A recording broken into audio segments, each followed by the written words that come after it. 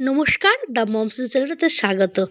আজকে ময়দা দিয়ে খুব দারুণ সুন্দর একটি বিস্কুটের রেসিপি করে দেখাবো আপনাদের চটজলদি। তার মধ্যে এখানে পাত্রের মধ্যে ময়দা দিয়ে দিলাম, চিনির গুঁড়ো দিয়ে দিচ্ছি, নারকেল দিয়ে দিলাম, রোস্টেড চীনাবাদাম আর দিয়ে দিলাম একটু লবণ। লবণটা দিয়ে খুব ভালো করে মাখিয়ে নিচ্ছি। এরপরে দিয়ে দিলাম সাদা তেল। সাদা তেলটা দিয়ে খুব ভালো করে মাখিয়ে নিচ্ছি।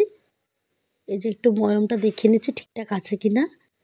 এরপরে এটা জল দিয়ে মেখে নেব। এর মধ্যে দিয়ে দিচ্ছি 1 বাটি জল।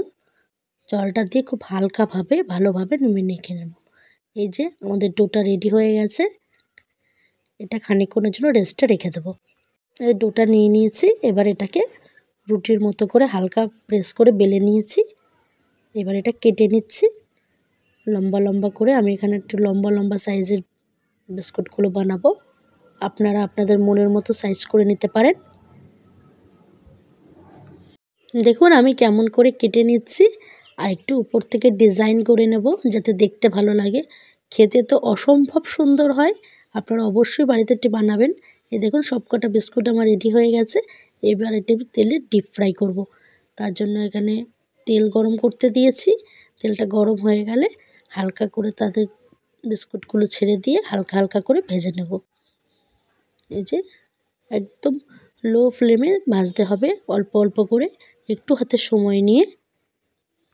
দেখুন এই যে ব্রাউন কালার চলে আসলে আমরা এগুলো এক এক করে তুলে নেব। এই যে তুলে নিচ্ছি, কত সুন্দর খাস্তা করে ভাজা হয়ে গেছে। এই যে প্রত্যেকটা বিস্কুট আমি তৈরি করে নিয়েছি। খেতে অসম্ভব সুন্দর। ভালো লাগলে লাইক, কমেন্ট, সাবস্ক্রাইব করবেন, চ্যানেলটির পাশে থাকবেন। অবশ্যই কমেন্ট করে জানাবেন যে ইউনিক বিস্কুট রেসিপিটা আপনাদের কেমন লাগলো। অবশ্যই ট্রাই করবেন। ধন্যবাদ।